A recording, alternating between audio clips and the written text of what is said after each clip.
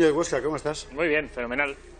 Se lo había prometido. Aquí vino Rafa un día a hablar de Peter Sutherland, uno de los, o Sutherland, o como usted lo quiera llamar, Sutherland para entendernos, uno de los amos del mundo.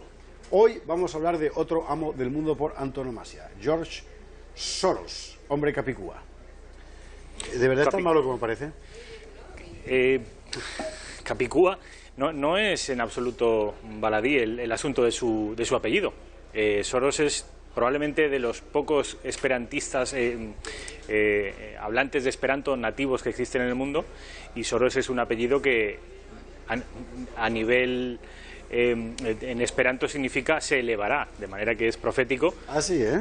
Y mira qué interesante, eso no lo sabía. Es capicúa, además, efectivamente. Capicúa, sí. Él es de origen húngaro y se apellidaba Schwarz.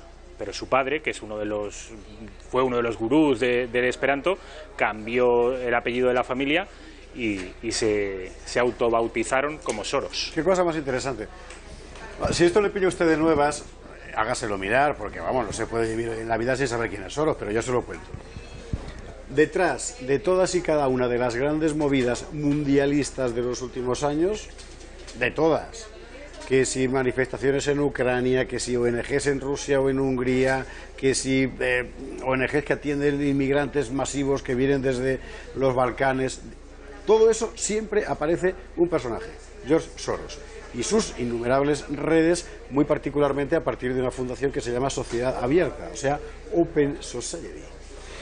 Efectivamente. Y este hombre, con una fortuna personal inconmensurable, es un idealista. Y como es, lo hay.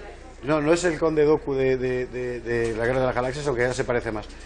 Y como es un idealista, ha dedicado toda su fortuna a construir su ideal, su sueño, que es el de un mundo sin naciones, sin fronteras, sin identidades. Podríamos decir, José Javier, que George Soros es técnicamente, y desde un punto de vista teórico aséptico, es un magnate, un multimillonario, la 17ª riqueza del mundo, está estimada en 22.000 millones de euros, un especulador... Perdón, como diría el clásico García, para la cinta. ¿Cuánto has dicho? 22.000 millones de euros. Es la revista Forbes es lo que estima la fortuna de George Soros. Pero repito, lo que te estoy planteando es únicamente el análisis aséptico, cartesiano. Este señor es un señor muy rico, muy sagaz, probablemente muy inteligente, que ha hecho mucho dinero partiendo de la nada, no viene de familia de ricos, pasó la guerra mundial en su Hungría natal, donde en Budapest, como sabes, la guerra fue incluso casa por casa, sobrevivió a todo aquello, fue emigrando, primero de Hungría a Londres, después de Londres a Estados Unidos, fue escalando, su progresión fue fugaz, en el Reino Unido fue discípulo de Karl Popper, que le influyó mucho desde un punto de vista de la economía liberal o ultracapitalista. Sí, la filosofía de la sociedad abierta a sus enemigos y tal. Exactamente, él bebe de ahí. De hecho, como bien has dicho, su principal fundación se llama Open Society, es decir, sociedad abierta, y es a partir de los años 70, 80, donde, al margen de sus negocios o de su vocación estrictamente economicista o financiera, empieza a tener una vocación de orden político, y es a partir de los años 80 cuando empieza, pues eso, a fundar Quantum, que sería la protoorganización que luego daría lugar a la fundación Open Society, y empezaría a influir siempre con la mira puesta en conseguir lo que él llama una sociedad abierta, es decir, una sociedad en la que los estados nacionales pierdan toda su soberanía, y él lo dice literalmente así, para promover el intercambio de bienes, de dineros, de personas también, y a eso está dedicando los últimos 30 años de su vida. Soros es un hombre que lucha por construir un mundo sin barreras. Esto suena bien hasta que uno repara en que esas barreras son exactamente las que le protegen a uno de que otro más grande se lo coma. Claro, que es lo que es el problema de la sociedad abierta de Popper, que por muy abierta que esté la sociedad, al final la gente necesita un techo y unas paredes para vivir, porque si no la intemperie te reseca como la mojama. Bueno, Sí, él pertenece a este establishment mundialista. El otro día hablábamos de Peter Sutherland, hablamos también de organizaciones como la ONU, por supuesto algunas más pequeñas pero probablemente más poderosas y más influyentes como el Club Bilderberg, como la Trilateral, que son todo organizaciones no de carácter público, es decir, no dependientes de ningún gobierno. Podríamos decir incluso que son los gobiernos las que dependen de ellas. En muchos aspectos. En muchos aspectos, porque son... Bueno, porque se atribuyen además abiertamente, sin ocultarlo, esa función de ser inspiradoras de las decisiones técnicas más correctas que toman los gobiernos del mundo.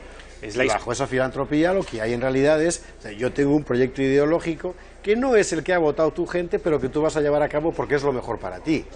Efectivamente, son la inspiración intelectual, podríamos decir que la materia gris de este nuevo mundo al que caminamos, también la financiación, es decir, son ricos, son muy, muy ricos, tienen una serie de ideas y están imponiéndolas a base de financiación. Y estas ideas, al margen de la sociedad abierta, que es el fin último de todo este establishment mundialista, ese gobierno, ese nuevo orden mundial, no estaría en absoluto desprovisto de ideología. Es decir, al margen de derribar fronteras y de circular bienes y personas, se erigiría sobre una serie de paradigmas ideológicos. A saber, y esto es muy interesante, porque la gente ahora mismo entenderá por qué estamos donde estamos.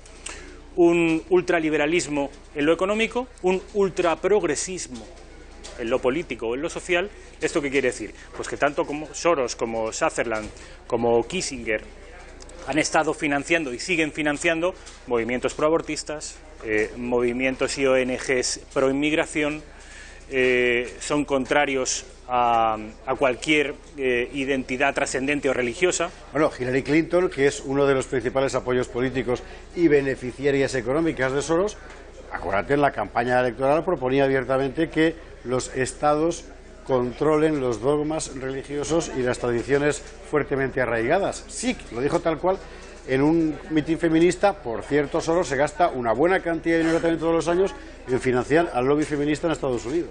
Al lobby feminista, al lobby gay, al lobby proabortista, al lobby proinmigración. Es decir, todo esto que nace probablemente de la escuela de Frankfurt del 68, esto que entendemos hoy como corrección política, ¿sí?